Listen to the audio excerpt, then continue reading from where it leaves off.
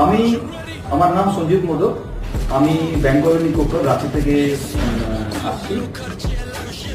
এটা আমার hopefully last visit. আমার প্রথমে দাঁতের সেন্সিটিভিটি ছিল।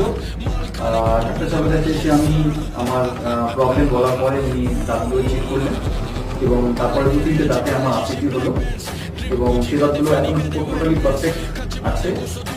অ্যান্ড তারপরে একটা দাঁত আমার অনেকদিন আগে এক্সট্রাক্ট করা হয়েছে, সে দাঁতটা খালি ছিল এবং তার পাশের দাঁতগুলো সেই জায়গাগুলোকে কভার করছিল।